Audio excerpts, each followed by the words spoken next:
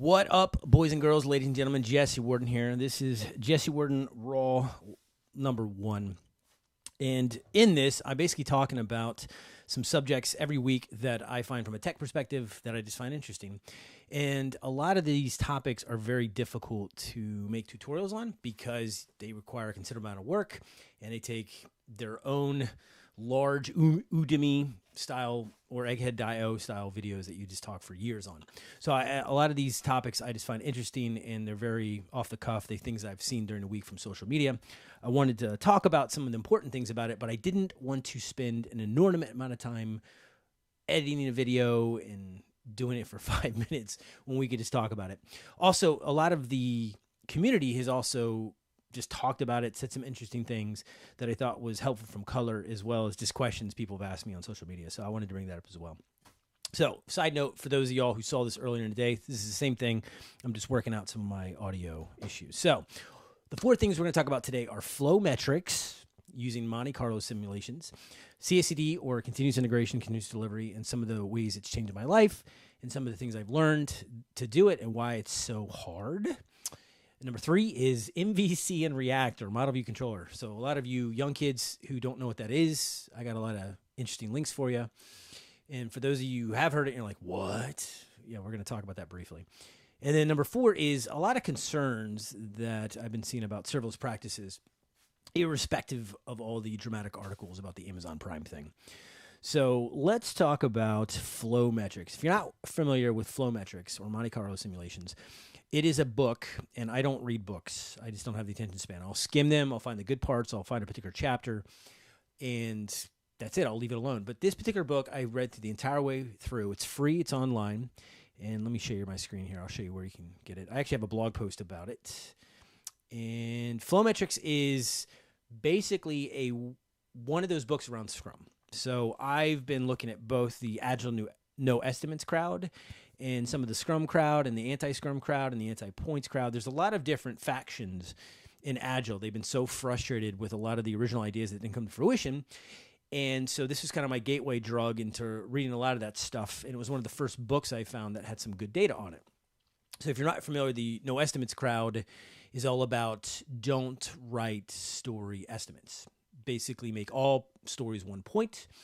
And I didn't really understand why. And their original marketing said that they were trying to reduce it because estimation is just impossible. Basically, estimating any type of software is impossible because every individual programmer has a different story, which is very contextual, which depends on the language and the current team they're at, on how they're feeling that day based on the requirements and the particular design skills of the designer, with the product owner capability of actually describing it, having the QA person provide there based on their CICD process or their ability to actually deliver that thing and see it, who knows.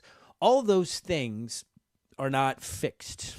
They change over time, and the developer gets better. Things change. The designer gets swapped, and a new one comes in who doesn't have concept of the comps and saw the originals, didn't take into account certain things about the user. And so a lot of this changes.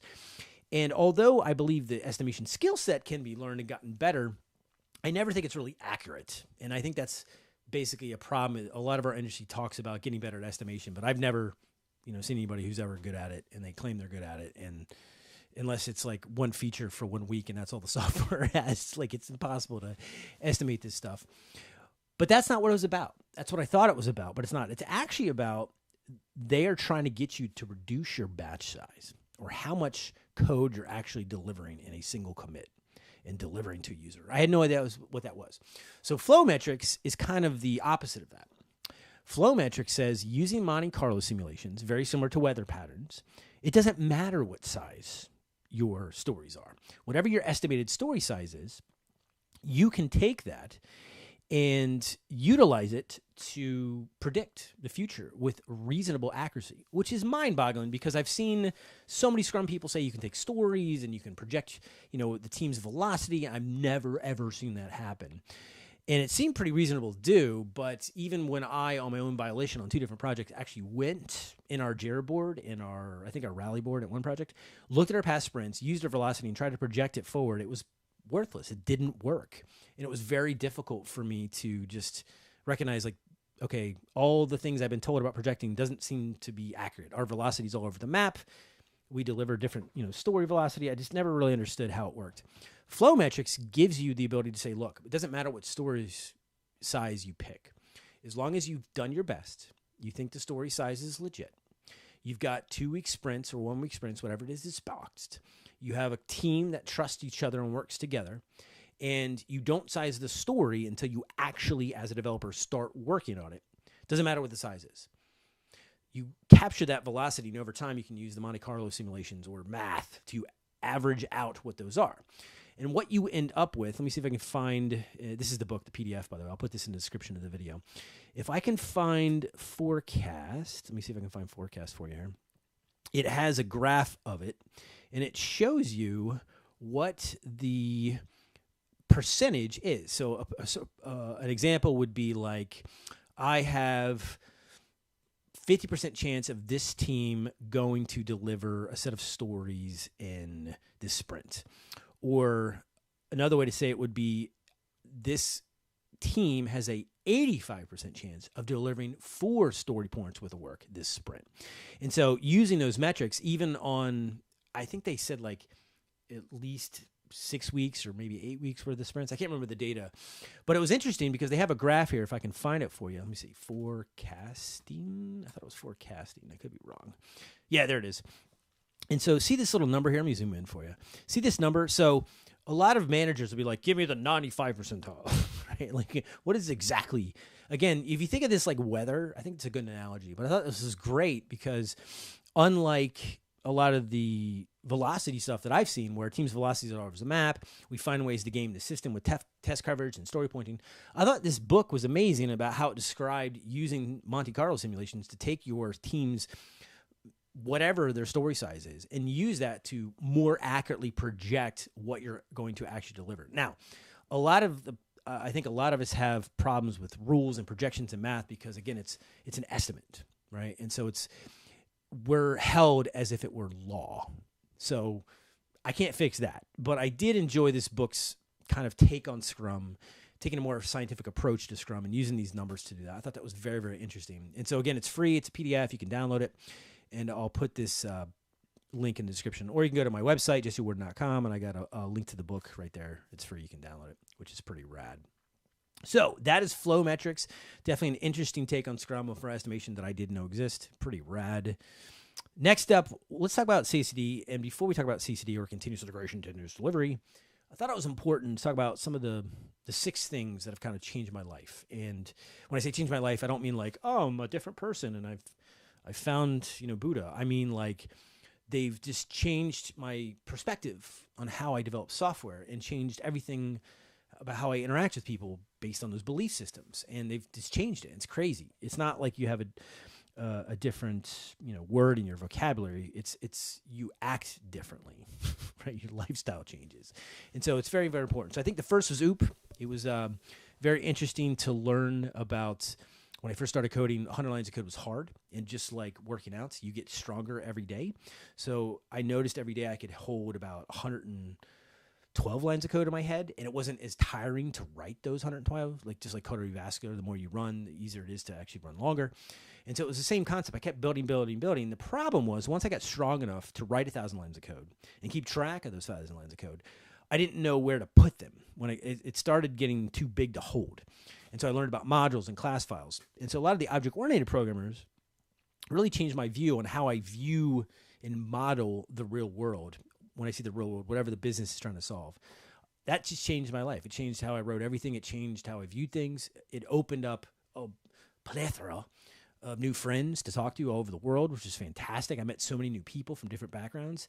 And despite that, being from France or Japan or Java or front end or artists who were self-taught, we all could speak the same language. And that was just unifying and amazing. And so that really changed my life. What I quickly realized was that no one knows what OOP is. So you would look at like small talk, and then they would talk about message passing, and you see the Java developers who would talk about Java, and then you would see a lot of the early JavaScript developers who had polymorphism that was real contracts, where in Java, like, those are supposed to be blueprints. You can't change things at runtime. How did toString magically change? What's a prototype? What's proto? And it just was a mess. And so I kind of got disillusioned when all the promises of like model view controller and design patterns and stuff didn't really work. And I got really frustrated. So when Flash died, we had a change of dynamic languages. We moved to basically square one. So we had JavaScript in the web. Some people went to Android development, iOS development. Some people went to management. Some went to web.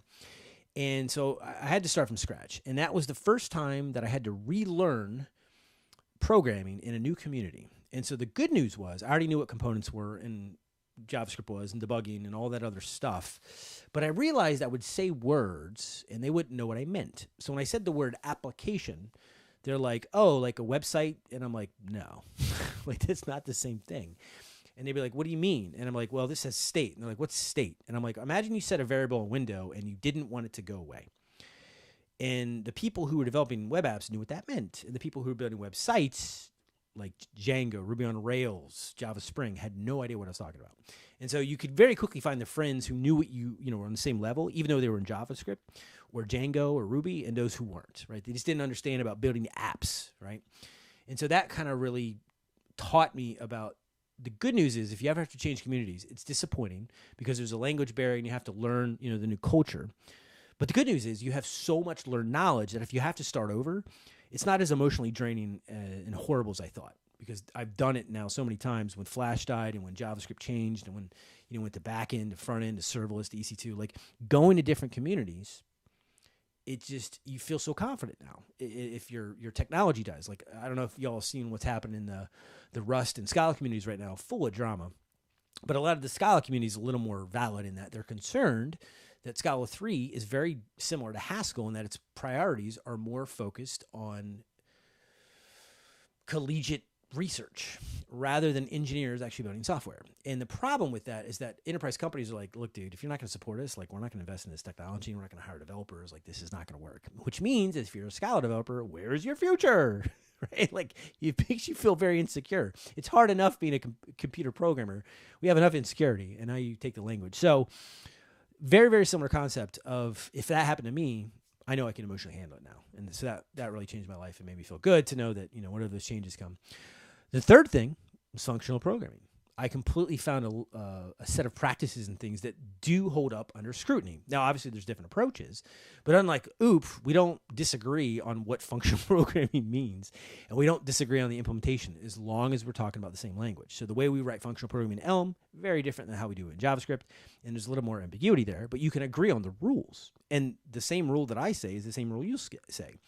When I say message passing to another OOP person, it means something completely different. When I say pure function to a programmer who's a functional programmer, it doesn't mean something different. We have the exact same definition. So that, just changed my life, made my code better, gave me made new friends, learned new things. I felt like it improved my software development. And the fifth thing was serverless. AWS's ability to enable me to be a real backend developer, not like write Express and then let somebody else do the ops, or write Express and not be able to SSH into an EC2 to figure out what's going on, see my logs, like somewhere in Elk, right? Like serverless really enabled me to really not just be back-end, but like full stack. Like I could do the ops, I could do the deployment, I could do the observability, I could do the monitoring, like that. And I mean, obviously I'm not done, I'm still learning, but like that was just life-changing, because then the word full stack meant, okay, I'm a UI guy, but I can do some back-end stuff, I can do some ops. So that was really empowering. So that full stack, it just changed my career, because now I could help other people do back-end things. And I also have a different perspective now where I feel even more confidently the front end is harder than back-end stuff. So when back-end people think they can do front end, I'm like, all right, dude, I'm more than happy to work with you. If you teach me database stuff, I'll teach you, front-end stuff. And so just, again, making more friends, getting more job opportunities, feeling more confident. Like it's such a positive, wonderful, life-changing thing.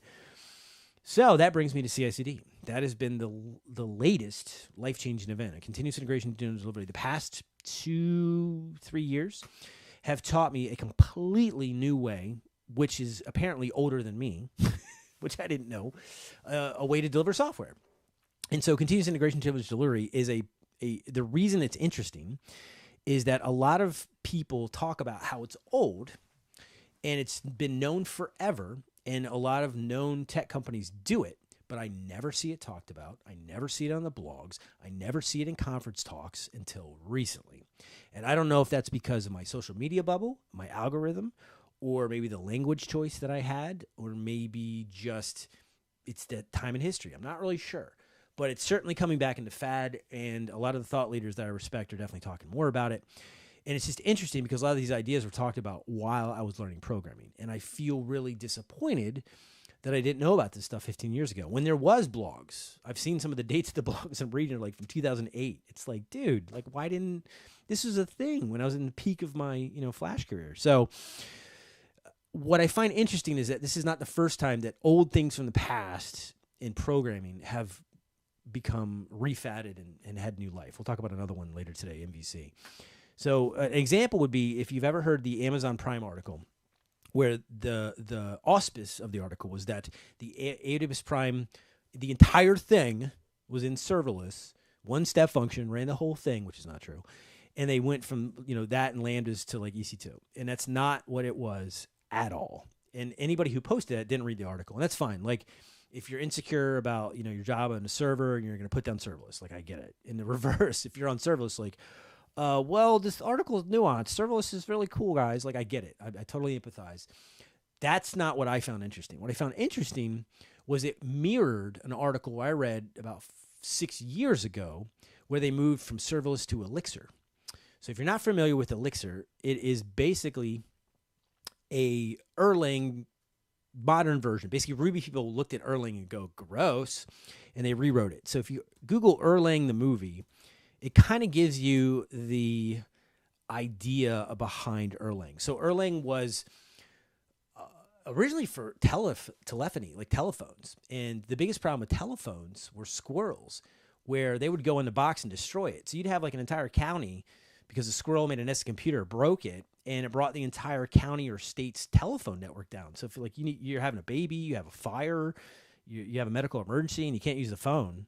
I mean, like imagine if these didn't work for everybody in the state.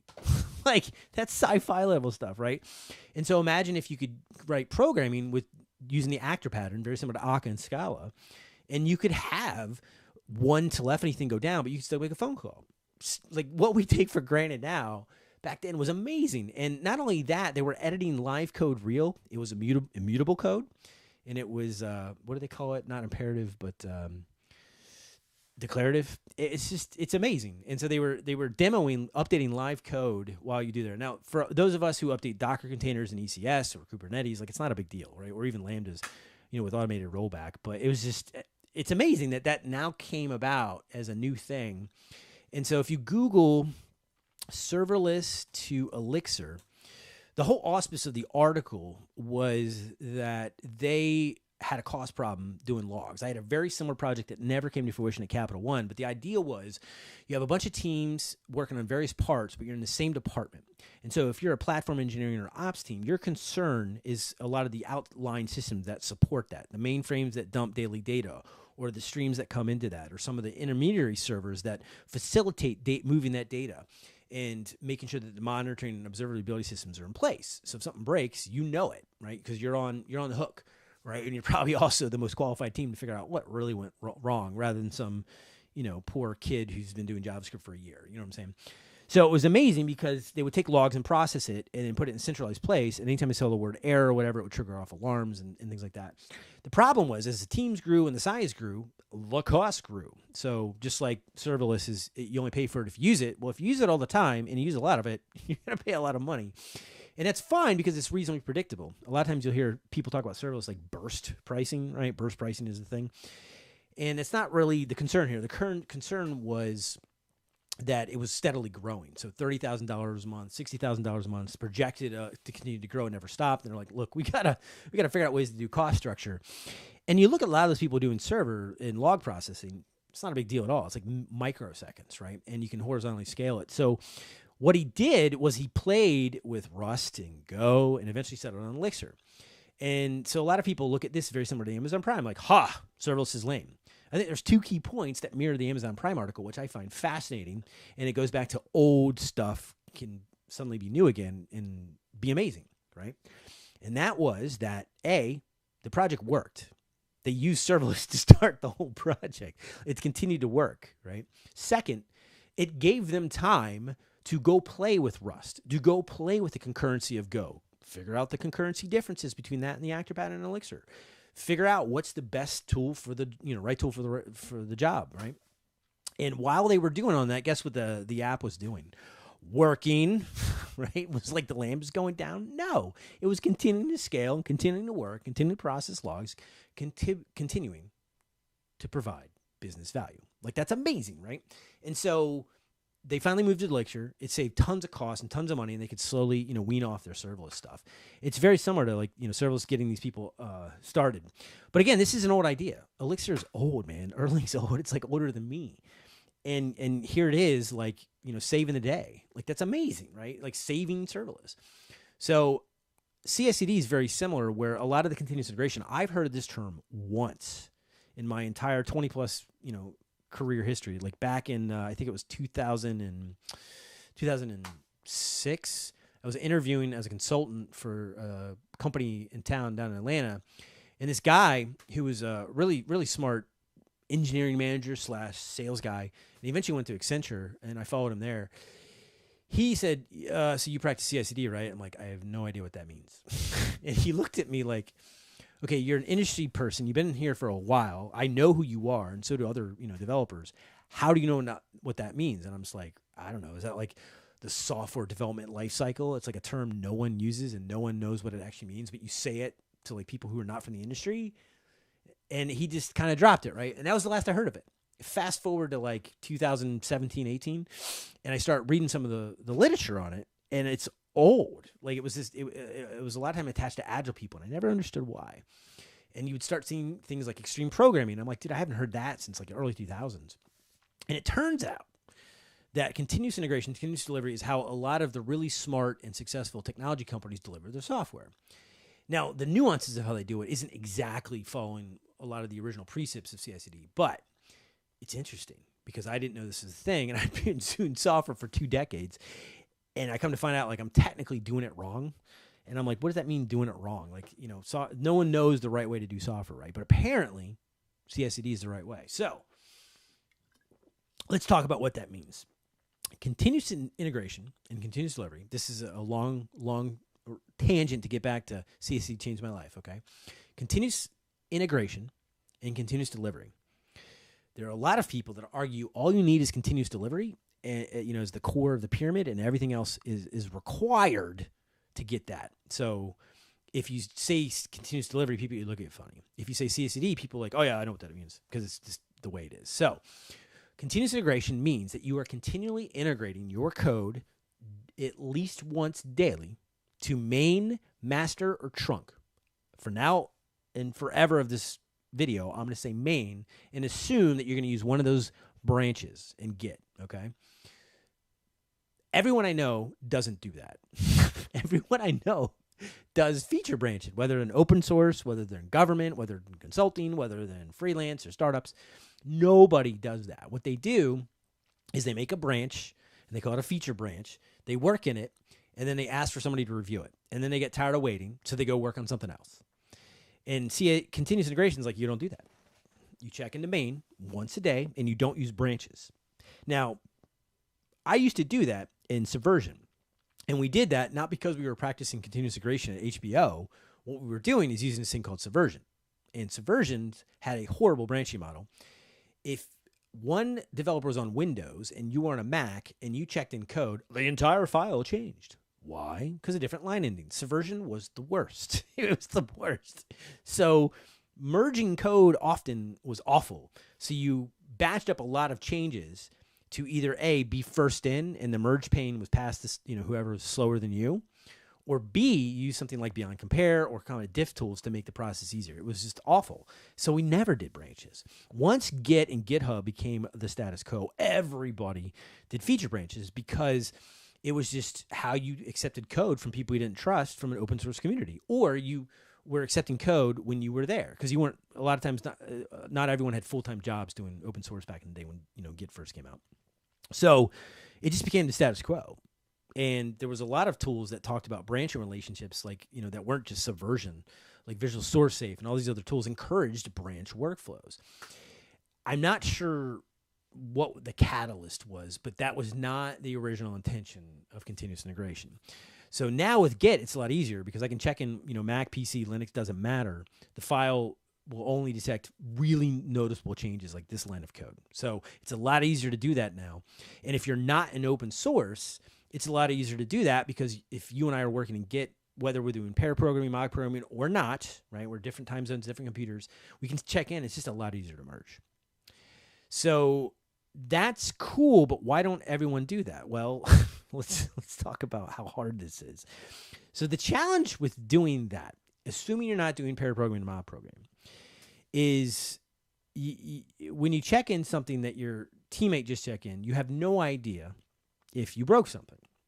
And so this is where the idea of automated testing comes in. So you have to have automated tests. What does that mean? Because some people say tests, they say test pyramid, they say acceptance test, they say property test, they say unit test, integration test, and end test. Like nobody knows what automated tests are. The point of it is that the computer is doing it when the code is checked in. That's an automated test. It verifies the code is tested as soon as it's checked in, period. To say it another way, no human is involved. There's no buttons to press. So let me give you an example. I worked at Capital One for about 5 years. Right when I got there, there was this kind of like unofficial edict that I heard about after the fact, where they told a lot of quality assurance developers that you move to a developer role or you're going to be let go. And so I would say like 90% of them did. They became developers or a few became product owners. 10% didn't. They stayed QA. And the reason they stayed QA, in fact, there was actually a quality assurance community of practice that I actually talked at a couple times, just because I've always had a penchant for working with a lot of QA people and learning about it. It was one thing I've always struggled next to databases. I've struggled to really work with a lot of QA people in my career. It's just always been an opportunity that I've if I have it, great. If I don't, I go find a way to make it an opportunity. And so a lot of these quality assurance people were doing manual testing. And it was the hard manual testing, like JMeter, performance testing on a lot of legacy software and things like that. The flip side of that was that from a behavior-driven perspective, like Three Amigos, they would do just little things working with me, like, hey man, what happens if I click that button twice? And so like if you're doing form save in React or Angular, for example, and you click twice on the save, it just causes massive headaches and problems on testing. So little things like that. Not just the big things they're manually doing, but little things like that really, really helped drive just a better design, a better testing plan, and things like that. But their role has definitely changed from a CICD perspective. They're supposed to be our teammates and do longer-term strategic thinking as well as short-term planning, like I just talked about. But I've continually worked where they're doing the testing. There's a button that they click to approve builds to be integrated in the trunk. Like really manual, old school ways that just do everything they can to slow software down. And there's reasons they were put there, right? Developers are not writing tests. They're breaking things. They're breaking QA, bringing systems down. And so they created this bureaucracy to prevent that, right? And it was validated the problem is solved ever since we had manual QA. But all that did was slow software down. There's other ways that we figured out to fix that, and that's automating those tests. So to think about it another way, you need to, if you want code to get to an environment, it has to be in a pipeline, a CICD pipeline. It's basically you check your code in, and some server computer somewhere takes your code and puts it on a server somewhere. It puts it there so people can use it. If it's an API, it's put up there so people can call it through a web browser or Postman or their code. If it's a UI, it's a website that's updated so people can use the functionality on it. Okay? So that's what the pipeline does. You put code into source control like Git. The pipeline takes it out of Git as soon as you check it in. It knows that you checked it in and puts the latest of that code on the server. Okay? It's only allowed to do that if the tests prove that it's worthy. So imagine a claw, like in those claw machines comes and picks those things up. It only is allowed to latch on. You know how you press the latch button and it drops?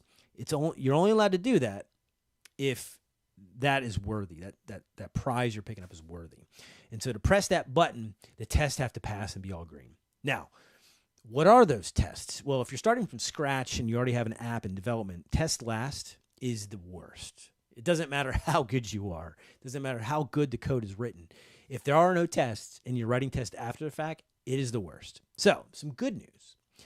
At least on the UI, using Cypress is really easy to do test last development. It's not great, but it's out of every tool out there and every test structure, it's the easiest. So from a UI perspective, you can add a Cypress test on an existing app and just validate it works from a white box, right? You fake the server, say happy path server, unhappy path server.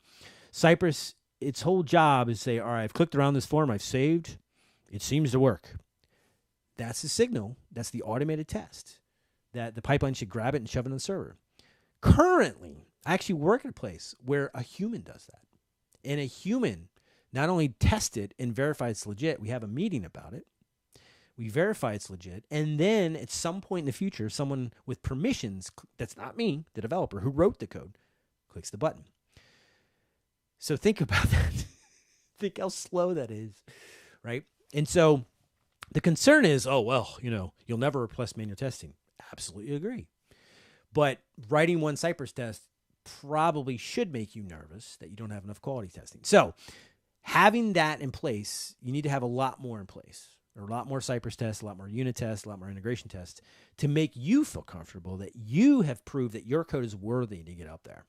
So that's how you get continuous integration in trunk, work with multiple developers. The better way is to write the test first. Because not only do you verify you get coverage, not only do you verify that you have more tests in place, so if you break something here and it might actually negatively affect something over there, you know about it very quickly. But more importantly, you're consuming your code. It's a design tool as well. It's also a testing tool, test-driven development.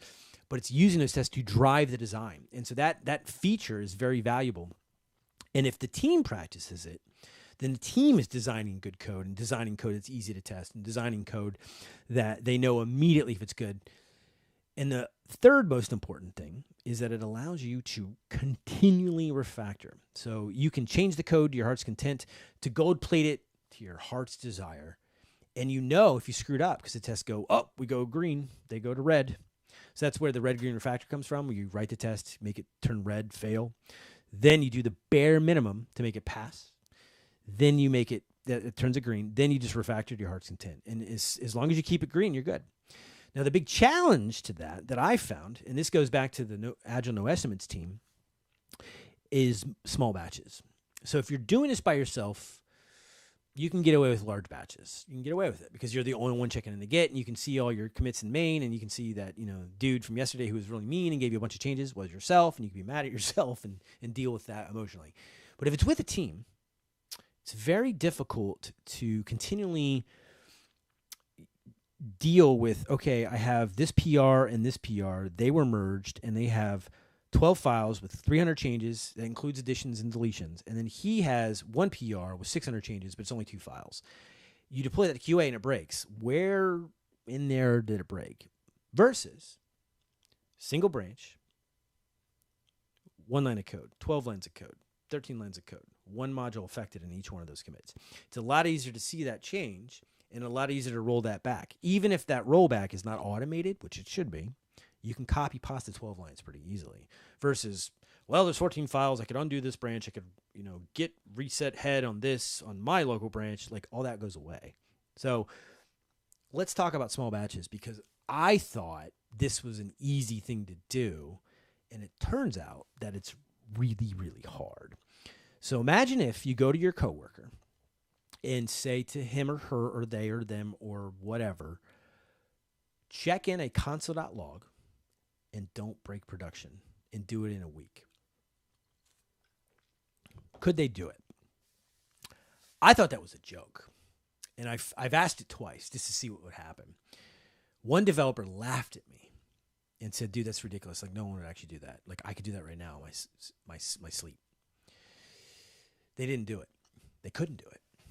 Not only could they not release in a week to production 1 line of code that was simply a log, but they didn't know how to do it. Their fingers physically couldn't type type the git command for just that line of code. The idea of checking in 1 line of code and getting it to prod and feeling comfortable that it's innocuous, that it couldn't hurt anything, is an alien concept to a lot of us developers who are put in situations for a variety of reasons. I'm not going to blame anybody, but for a variety of reasons where we want to get as much functionality as possible in this, either feeling good about it or because we do very short windows of prod, so we got to get in as much functionality as we can. We have deadlines, whatever. And I've asked a lot of people, and I've realized that small batch development is very difficult. It's actually a skill that needs to be learned. I didn't know this was a thing. And it turns out that if you look at the past of, like, even when I was at Capital One, Accenture with a bunch of clients, I've always done PRs, which had, small PRs, but like the word small PR means something different to a different team, to a different individual, to a different company. So they were small PRs, whatever that means. And it was hard to make them any smaller. And so when you say, don't write 12 files that change or 300 changes, do one line of code. I don't think anyone knows how to do that. And so that was a really hard thing for me to learn and test and do and retry in different mechanisms, different ways. And I found out that the easiest way to learn how to do small batches is with test-driven development, because you can very quickly know if you broke anything by writing one line of code and seeing the test is there. So even if the one line of code is just a comment, which if you've worked in Python or JavaScript or Ruby, yes, comments can break your code like very easily. And so even code comments are not innocuous. They're dangerous because any code is dangerous. And so having that test there allows you to build the basic skills. So almost think of it like I've done, powerlifting and bodybuilding. But every time I start over, after winter, when I eat a lot of food and I relax and I don't, work out for a couple months, I go hiking and stuff. It's not a 6-day routine. Like that's a once every 2 weeks kind of thing. And I'm relaxing. I'm seeing holidays. When March comes around and I start that workout routine, it hurts. But I don't start gung ho, right? I start with like low weights, sometimes no weights, depending on the exercise, injuries. Like I'm not 20 anymore, right? And you ramp up. And so a lot of my skills, I had to reset. I had to go back to test-driven development and say, all right, it says here in the test-driven development guide that step 2 of red, green, refactor is to make it green, I do the minimum amount of code to make it work. A lot of that, I would watch people spend 5 minutes. And it's like, dude, all it's saying is assert this value is an array with a length of 0. Or a length of 1 is probably a better one. And they would say, okay, so I've got to go, fetch the data. I'm like, no, put a thing in the array and make the test pass. And their response is, that's stupid. And I'm like, I know, because you can't do it. And they're like, what, sucker? And they go put an object in it and they test it. And I'm just like, well done, right? And like, this is because this is the same battle I had with myself, right? I couldn't do one line of code. It was embarrassing, right? Like, can I knock out 800 lines of code in a PR in like 2 days to knock out a deadline? Absolutely. Twice on Sunday. Can I write one line of code and do it again every 10 minutes for like 6 hours straight? What? Seems simple on paper. Seems like it works on paper, but so does Marxism, right? So it was definitely a learning experience. So TDD, if you can do that, it allows you to do small batch development. If you do small batch development, you can work with other developers and know you're not breaking anything and make the merges easier and see the changes and see what was deployed to what. That leads to, wait a minute, what if we're developing things that aren't quite ready? If we're doing these small batches, great, but like it still requires 800 lines of code and 12 files to be changed, Jesse, right? Like if you want to take that and make that 50,000 commits, good for you. But how do we deploy code that doesn't break anything? Well, that's another skill. A lot of the object-oriented people talked about encapsulation and abstraction and ways of using Boolean flags, to turn things on and off. That's where you use feature flags. So you use feature flags to put that code in there, but don't turn it on. Or put functions in there, but have no one call them except for the unit test, for example. Or have mechanisms that can call them, but certain things have to be in place, like a Boolean has to be true. And so a lot of those things you probably already know you can do with feature flags. You can put the code in there, and the code path doesn't get to it until it's there, and the tests verify that it does work if it were true. But in runtime, you don't have those things set. Environment variables, Booleans, whatever. And so that kind of stuff, I just, I'd heard of feature flags, but I'm like, why would you ever use that? Now I know. It's because you're working with other developers in code that's live, and it's a single branch, and you're all checking in. So it's not just a feature flag only for prod. It's the single source of truth, main. There is no, the environments don't matter. It's the feature flag goes all the way up. So that leads me to believe, okay, so if we're doing all this, we're checking in continually. Well, that means the most important thing is that when you check in a line of code, that's what continuous delivery is, that line of code goes to prod. Currently, a lot of us that line of code goes to a PR. That PR is eventually merged. That PR is merged to develop. That develop goes to dev. That branch at some point is merged to main, which then goes to QA and then some other staging and or whatever server before it goes to prod, which is some completely different process. And throughout that process, there's at least 1 to 2 manual steps. Some person has to click a button versus you check in the line of code and it goes to prod. That's crazy. I had never heard this was a thing, but apparently this is a normal thing. It's been around for decades, and I just am stupid and didn't know about it, which is interesting because what does that mean goes to prod? How long does that take? And what are the security gates, and how does that work, and where do all these tests run? If you've ever done any type of acceptance test or integration test or end-to-end test, they take a while. And we don't want all of that to run before it goes to environment. So for example, the idea is that if you check in a line of code to your source control system, the only way to get code into any environment, dev, QA, prod, staging, UAT, it doesn't matter, is to go through your pipeline. Well, if the pipeline's slow, heck with that. I'm not going to do that. Like, there's a reason I use JavaScript instead of Rust, right? Or JavaScript instead of Scala. Like, I'm a functional guy. I should like those languages, right? Yeah, dude, I ain't got time for that compiler. Like, it takes way too long. I ain't got time for that. And so a CICD pipeline that takes long? No. So the rule is that 10 to 5 minutes should be the max that it takes to get to dev. So a development environment, whether that's serverless server, doesn't matter. After that, it's up for debate. And there are ways of expediting it if you have a really good ops team. I'm not a good ops person yet. I'm still learning. It's going to be another 3 decades. But in 30 years, I'm going to rock the mic. But the idea is once you get after dev, then you can run more tests. So you don't have to run every test to get it to dev. You can just run your basic test, your linting test to get it to dev, and it fails and you're good. And actually take about 10 minutes. After that, if you want to go before you go to QA and have more prove you're worthy events, then you can do the acceptance test. Then you can do the end test, the security test, the property test, the integration test, all that stuff. And so that's cool. It all that normal, harder manual testing that you would normally do, you automate that, and it takes longer. But then you have super confidence that every line of code you're checking in is legit because it's going through that gauntlet of tests that prove they are worthy to be on prod. So I didn't know that was a thing. That's a thing. So that requires 2 behaviors to change. The first, well, a lot of behaviors, but the first that's interesting is that all developers now look at the build failure as all hands on deck. So even if you're doing pair programming, which makes TDD and a lot of this other stuff easier, even if you're doing mob programming, and we'll talk about it some other week, which makes it easier, you stop what you're doing and you all figure out what made the build break and you fix it. You don't play the blame game. You can do, blameless, reevaluation later, but the build should never be red. It should always be in a working state. And so that's interesting. I've only worked on one team where the lead developer was like, we used to use a chat program very similar to Slack. And if you broke the build, you had to have the monkey icon. And it was actually kind of cute monkey. It was kind of neat, but everyone knew that if you had that, you were a bad developer because you broke the build. So it was very shameful to have that as your chat icon. So when people message you in Slack, it was just the worst.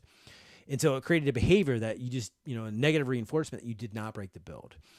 And I didn't know this at the time, but I could have prevented that by writing better tests. I was still learning. So a lot of, testing from a unit test perspective and acceptance tests is only really the 2 that really matter. Ignore the test pyramid; it's worthless. That help make that happen. Unit tests can fake everything and stub everything, and the acceptance tests actually use real things, right? And actually test real features like a behavior-driven perspective. So those behaviors are aimed at writing those tests to make sure the build stays green. And if it's not, you fix it. The second and most important from a math and quantitative perspective of how are we doing, because this is not going to change overnight, right, is DORA metrics.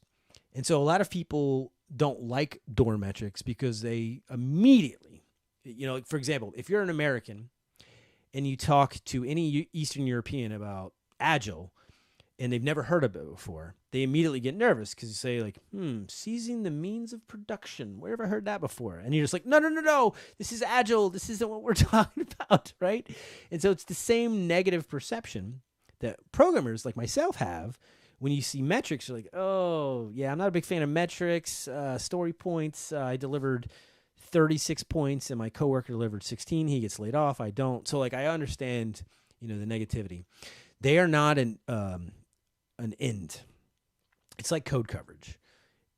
Like 96% code coverage does not mean your code rocks. It doesn't mean you won't have bugs, right? It's just a metric that if you only have 40%, you should be kind of worried.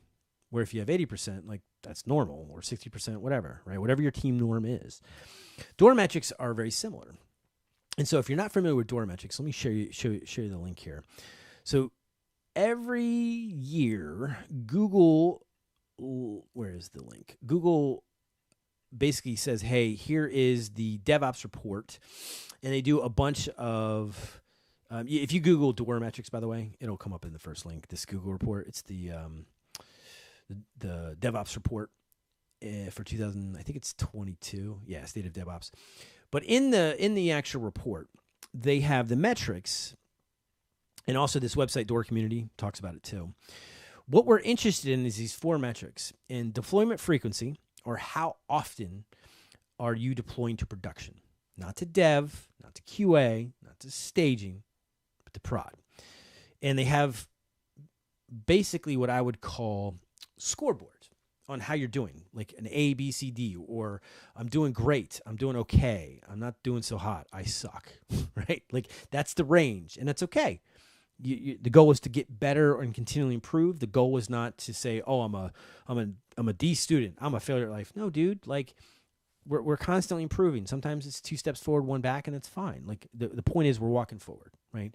It's a goal to say, how am I doing in this journey to be better at CICD, to be better at software delivery, to be better at making my users happy. That's what these are for, okay? They're not for like Jira things to make you, rate yourself bad at your job, okay? So deployment frequency, how many times you're deployed to code per week to production. Twice a year is normal in some of these horrible places. Once a week is amazing. And, the rock stars are doing it once to multiple times a day.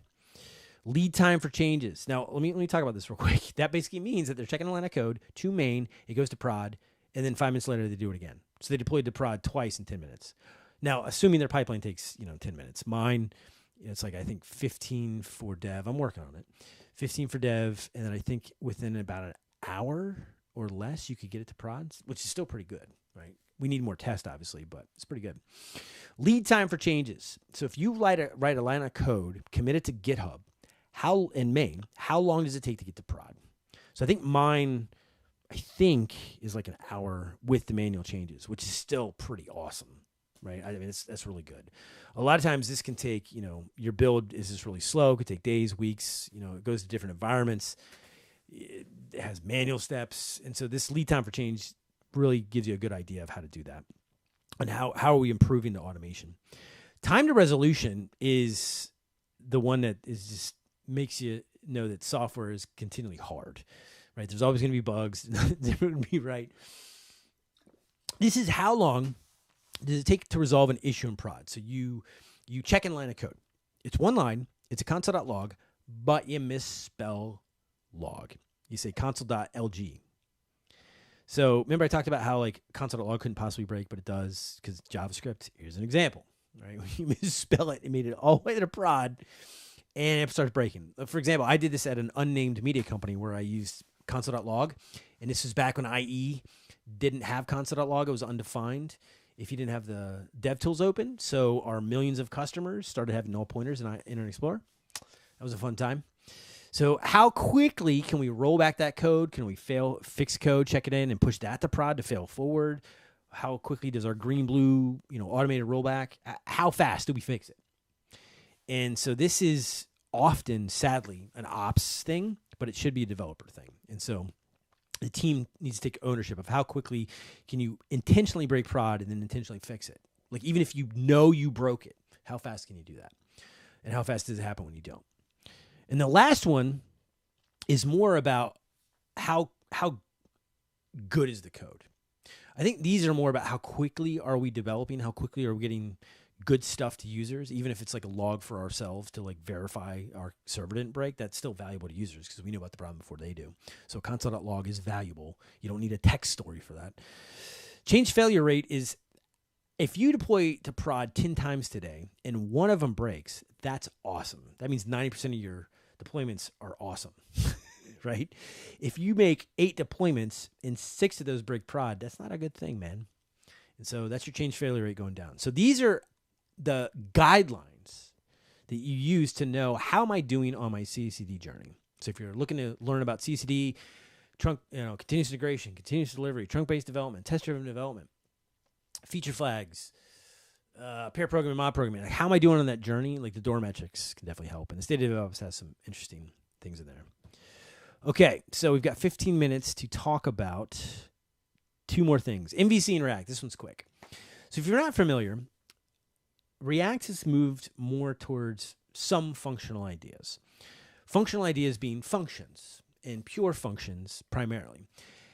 Now, the implementation details aren't pure, but they've borrowed a lot of ideas from functional programming and moved React in that direction, specifically functional components and hooks, using under the covers some modules of ways of like doing concurrent rendering and error boundaries and things like that, right? That's where we've moved.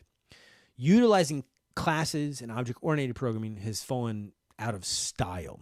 It's still supported. It's still part of the public API and will continue to be supported as long as React is around, right? Which is a testament to their wonderful public API. But the interesting thing about it is that if you Google right now, let me share my screen again.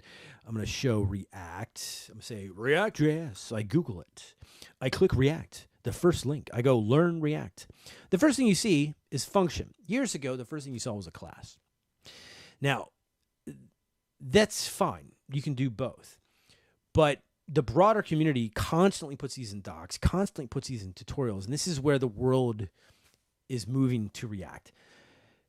But the world is a big place, and there's a lot of code out there already written, even if it's using new React versions. And it's written in object-oriented style, and it uses classes. And so if you're put in that situation, you say, well, the world's moved on to hooks. That's a privilege, and I agree with you.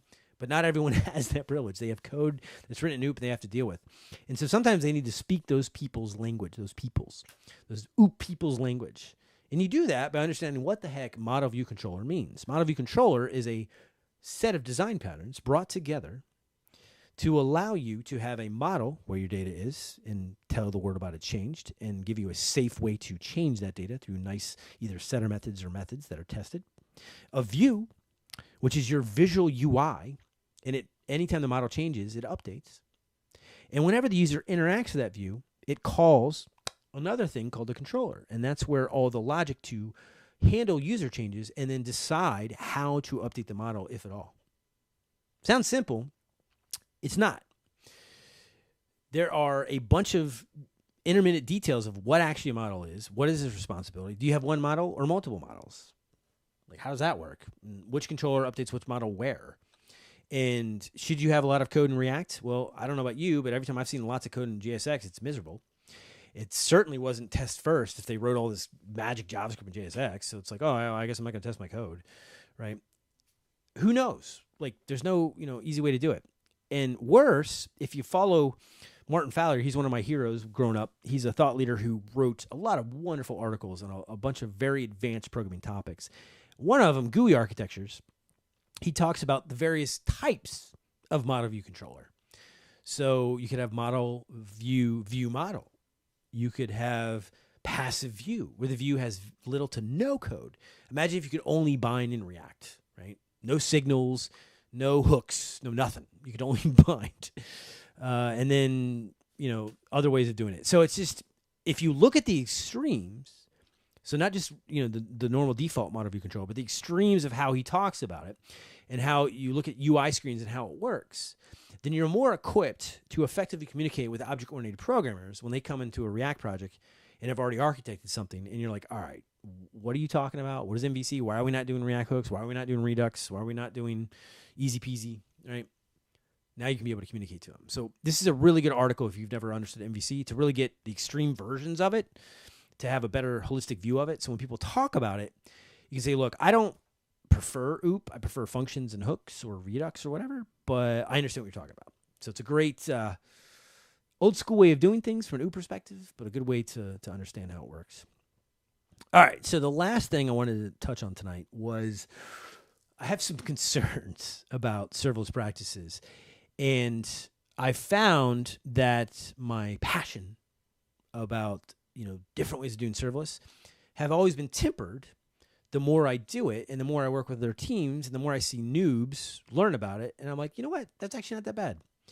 This one I still feel strongly about, and it's been years, so I'm talking about it now because it hasn't gone away.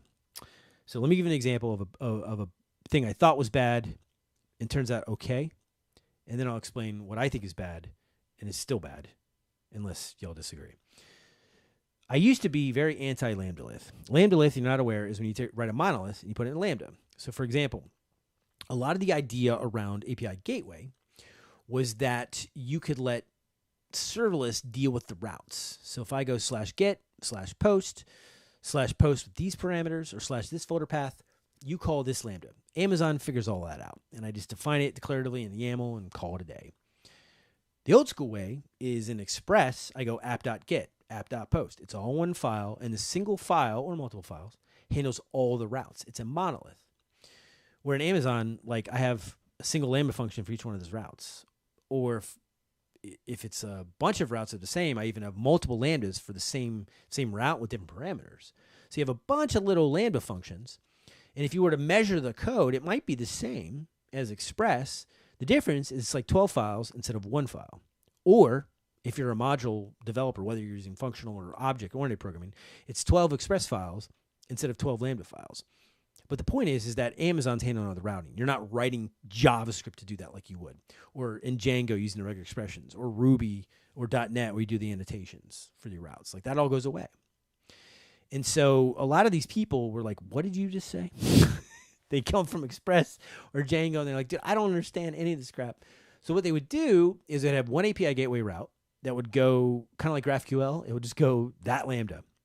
And then in Lambda, it would go if event dot path equals this, then call this function. If the path equals this and it's a post, then call this function. And what would happen is it would grow. And I've seen it in .NET. I've seen it in JavaScript. I've seen it in Java. And I used to go, guys, what are you doing? Read the docs. Like it very clearly says, one thing or the other. And they go, well, I don't really like the concept of this because it's not really microservices because it's in the same GitHub repo. So it's not really independent deployment. So I can deploy this file, but it might break this one. And it just doesn't feel right. And I'm like, okay, that's a good point. And then they would say things like, well, like it's just really easy for me to like set a breakpoint. I'm like, set a what now? And they're like, a breakpoint. I'm like, dude, I haven't used those in forever. And they're like, well, if our code breaks locally, we just want to see it. It's hitting AWS locally, but we want to see it break. And I'm like, okay. Walk me through that. So they would like write something C#. It would break because they parsed the wrong JSON. They would set a breakpoint. And they would hit play. So it was still hitting the live, dev server in AWS, but they would see in their Visual Studio, not Visual Studio Code, but Visual Studio, like the beefy one. And it would see the code break. And they would say, see, the JSON came back and the node changed. So the contract that we have with the API developer broke upstream. It's not our fault, but we're the one calling it and we have to, move this file downstream. So it's our fault. We got to fix it. I'm like, okay, so you just change the name and then ask the other developer to make better contract tests? You go, yeah, we're working on that. And they would update their Lambda and it would fix. And I'm like, okay, seems completely reasonable. And here's what happened that changed my mind. They would be done, and then 6 months would go by. And I'd call them up and say, how things are going. Oh, man, it's really great. I'm working on a new serverless project now. We're getting to use SQS. It's kind of neat to do message bus. I'm like, I know, but what happened to your old project? And I'm like, oh, yeah, it's fine. It works. You never hear that. Like, they're always like, yeah, the server went down the other day. We had to update Docker and blah, blah, blah. Like, they're just like, yeah, it's just up there and it works. And I'm like, you know what? I've seen this happen like 6 times now. I don't hate Lambda-less anymore because these teams who knew nothing about serverless on their first project, not only were they successful with the Lambda-less, single Lambda had all their code for all their routes, but it worked. It never went down. It debug it. The code was really easy to deploy. It was a single deployment and it was still serverless and it just worked. And I'm like, you know what? This is amazing. So I used to hate Lambda-less. Now I love them because they are a wonderful on-ramp for a lot of people learning who just, come from places that aren't serverless. And they don't quite understand Lambda's weird definition of, microservices being deployed to different routes. Like it's very different. And so I love that. What I have a problem with is Amazon's recent articles about testing. If you look at them, they've done a great job linking to community content as well as their own content. And they talk about testing and how not just how you test, but also the trade-offs, like if you test locally and things like that. And they talk about things like local stack, where you emulate AWS locally using Docker containers. They talk about AWS SAM and CDK's ability to kind of emulate API Gateway locally. They talk about how hard it is to run unit tests on step functions locally and testing them locally. So you have to use a Docker container. Like all these challenges around serverless. And continually, whether it's Amazon or other, they all say the best practice, if we go to where's the actual, let me find the link for you. Yeah, if you go to best practices, they always say, let me share the screen here so you can see it. Prioritize testing in the cloud. The whole point of Docker, especially for a lot of these Microsoft and Java people, is that they have a lot of the same products. So like, let me take Microsoft, for example. You have Visual Studio Code, running .NET, maybe SQL Server or something else, but some emulation of a database locally. And it's all in Docker. So they're technically shipping their machine to the cloud, right? The joke is like, it works on my machine. It's like, we're not shipping your machine to the client. Well, with Docker, we are. We're also shipping it to the cloud, like Azure, for example. And so they can test everything locally. Then if they need to add some other sidecar, like some other piece of functionality, they can do Docker up. And so they can Docker compose multiple containers and talk to them locally. And that same setup would be duplicated almost exactly in their Kubernetes cluster, their ECS cluster, whatever else. And so they have this idea of an app that they can test and work on locally and contribute. And it's basically mirrored in the cloud. The only thing that really changes is the routes. That's amazing, right? And so they are testing in the cloud to verify the services and the contracts are there. But a lot of that's the infrastructure they're running upon. With AWS, it's the same concept. Imagine like with Elm, for example, if you removed all the side effects, the only thing you're really interested in at that point is the sequence of events. And so when I'm testing the cloud, I'm interested in the sequence of events and the IAM roles. And that's it. That's really the only infrastructure. And so when you test it locally and it mostly works, the only reason it doesn't work in the cloud is because the IAM roles and the sequence of events. You call this Lambda before this Lambda, or the SQS message didn't arrive, and you have race conditions, which is really hard to test. And so we're constantly testing the cloud. Even when we're running locally, we're testing the cloud. We're testing the dev environment. I've seen this idea of we're using Docker to emulate our app applied to serverless. And the problem with that is you don't have the same problems that they do. Like they need to run .NET with a specific version, with a specific database. And it's so easy now to deploy those things to the cloud. You don't need to run on your machine. For the database, it's different because of data. Data is very, very hard, and it's very, very difficult to automate a lot of that stuff if you don't have like a Postgres guru or a lot of services that you invested time to clean, to extract, to populate, to rehydrate on testing, for example, right? You're trying to do an FRO environment where you're testing, you want clean data, and you want to very quickly spin up that database with known data. It's hard, especially if that data is encrypted, it comes back. So I acknowledge the data part's hard, but the server part's not. You can write a shell script, violating AWS, CICD, right? You're not using AWS CDK or SAM or whatever to deploy.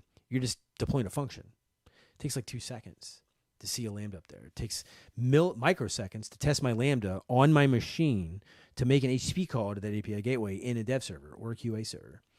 And so deploying and testing is very quick in the cloud. And when it works there on dev, it's probably going to work on QA. If it doesn't, region, right? You have the wrong region in there. You have the wrong IAM role. Your environment variables are set with different ARNs.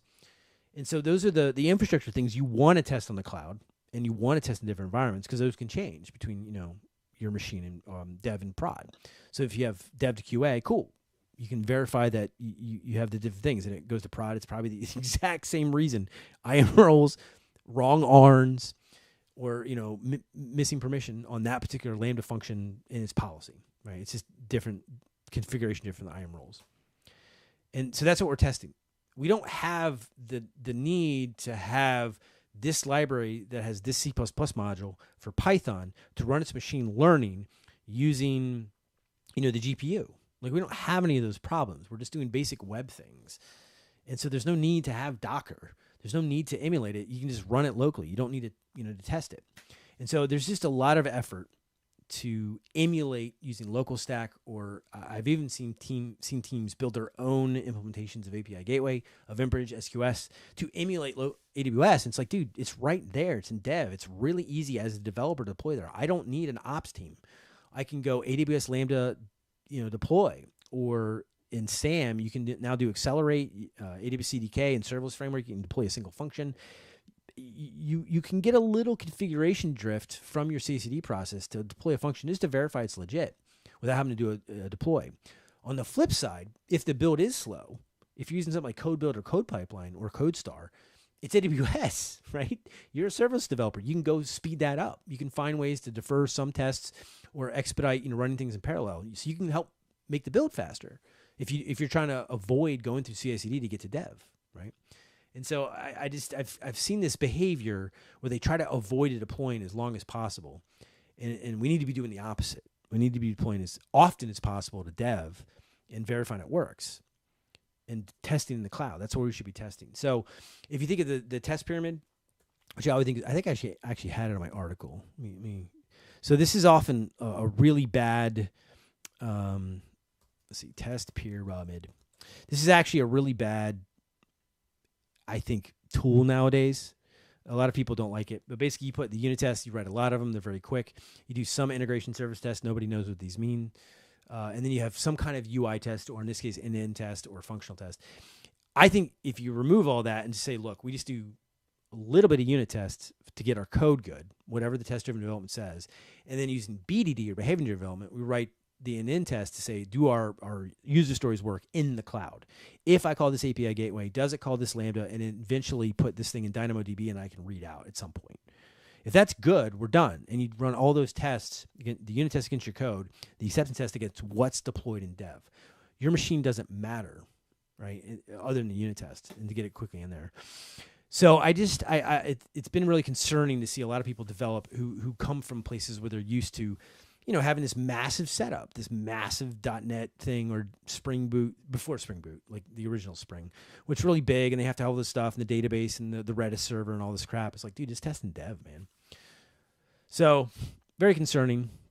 It hasn't changed. I've seen it constantly make teams, deploy things. And it's, again, even if the emulation layer is good, like there's nothing wrong with having a really good, cloud emulation layer. The concern more is avoiding deploying.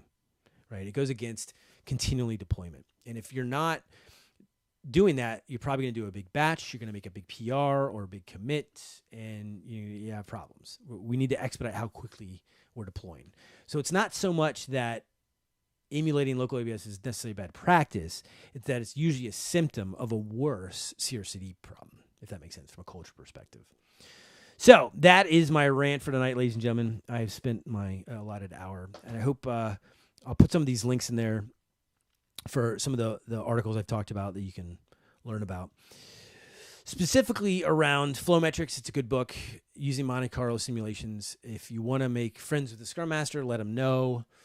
Since they're taking a beating in the industry right now, it's one way to make more friends. Say, look, I know how to make your projections more accurate for the team's velocity. They'll be like, damn, are you buying my dinner too? CICD, it was just something that changed my life. I didn't know it was a thing.